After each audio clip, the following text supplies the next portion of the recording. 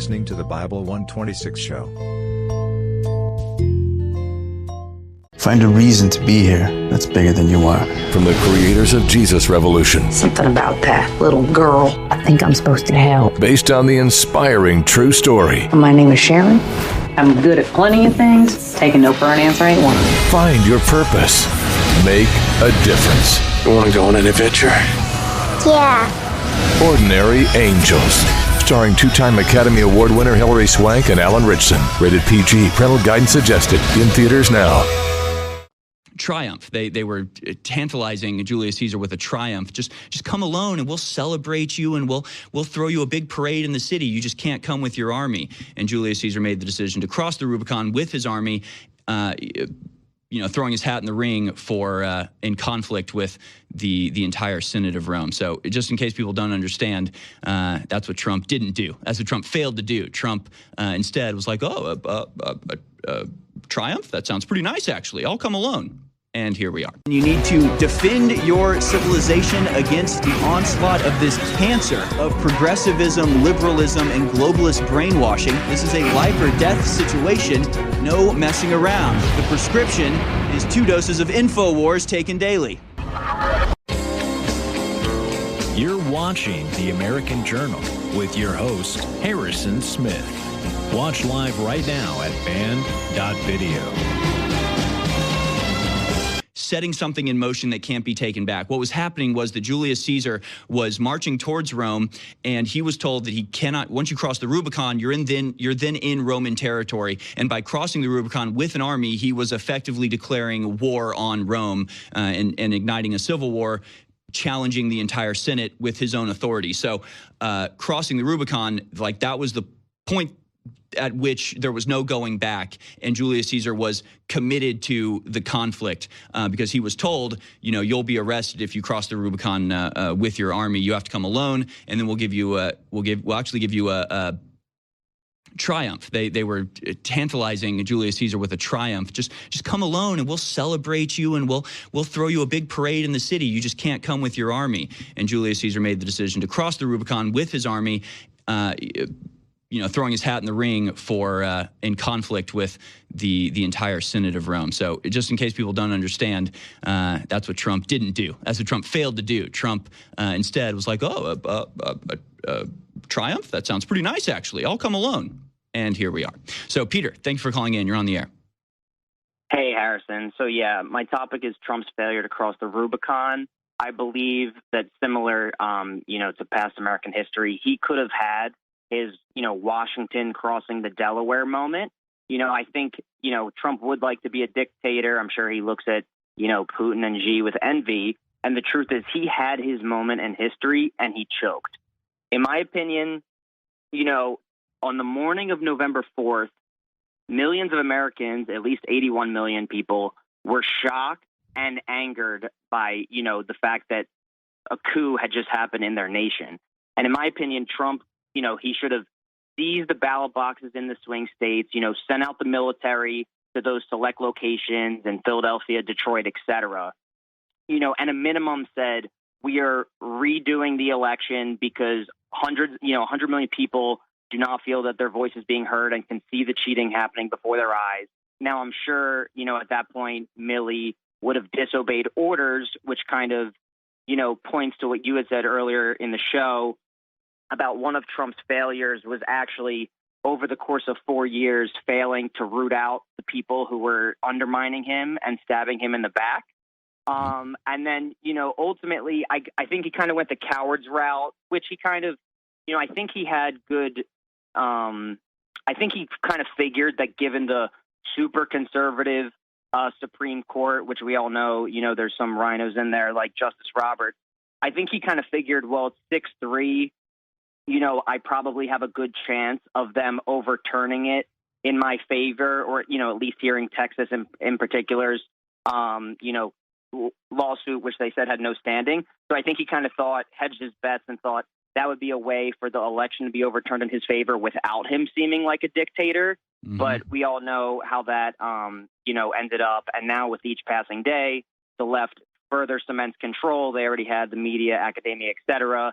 And now, unfortunately for people like us, we can see that, the military, the last bastion of conservatism and the last bastion that could actually effectively take over the nation, since they have a monopoly on violence, they are being purged with the LGBT, CRT, vaccine stuff.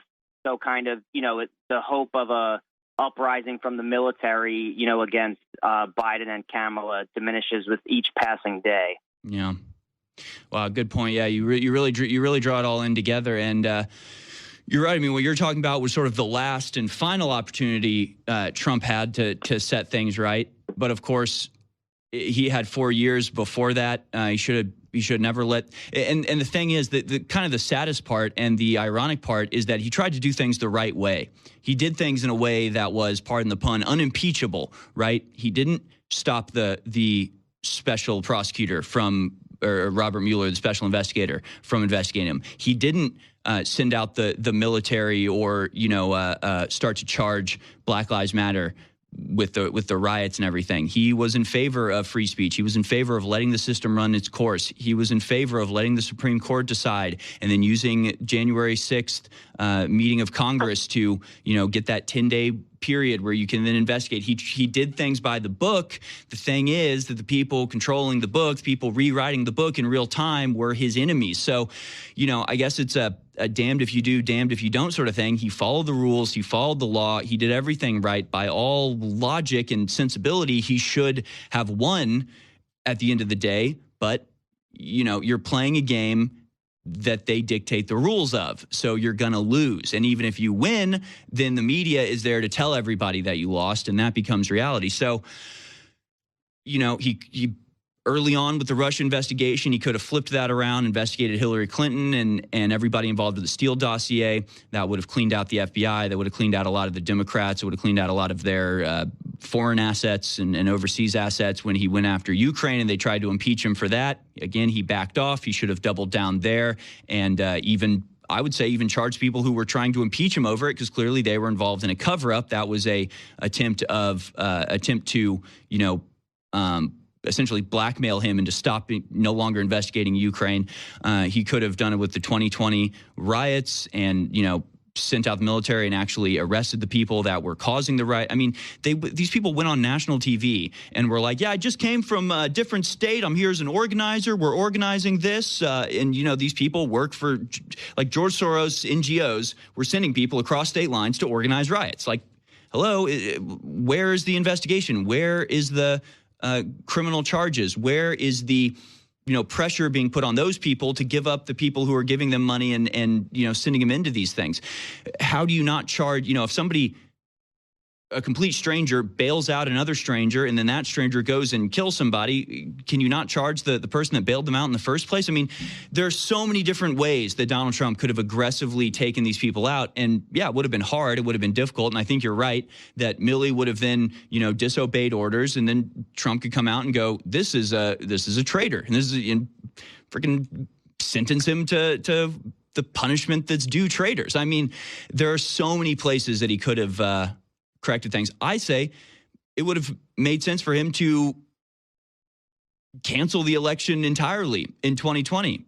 He couldn't make the case. I think it's like Trump's the only guy that has the attention and the power and the money to fund his campaign and the people that are around him to get his popularity. Like, there is nobody else like Donald Trump in politics. So he had to be himself to get where he was. But at the same time, those things that made him himself made it impossible for him to do what he needed to do. In other words, he never once had any of his people write up a cohesive and coherent message about what happened in November of 2020, so he could actually give a concise case to the American people that they could follow. It was always vagaries. It was always him talking off the cuff. It was always him improvising. That's not what we needed at the time. We needed somebody to sit there and read the damn teleprompter and say, here's what's happening. Here's why I'm doing what I'm doing. Rage all you want. Call me all the names. And that's the thing. He follows the rules. He doesn't do the things that he could have done. They still call him a tyrant. They're still trying to send him to jail. They're still doing everything they can to destroy his life. So it's like, why would you play the game if it's rigged to lose? Why would you continue to follow their rules when their rules are there only enforced against you and not anybody else. He should have seen this coming, and he had all the justification in the world to launch investigations in October or August of 2020 and go, look, the mail-in ballots are fraudulent. The mail-in boxes are a complete scam. This election has already been tainted a month before it's ever even been held. We're not going to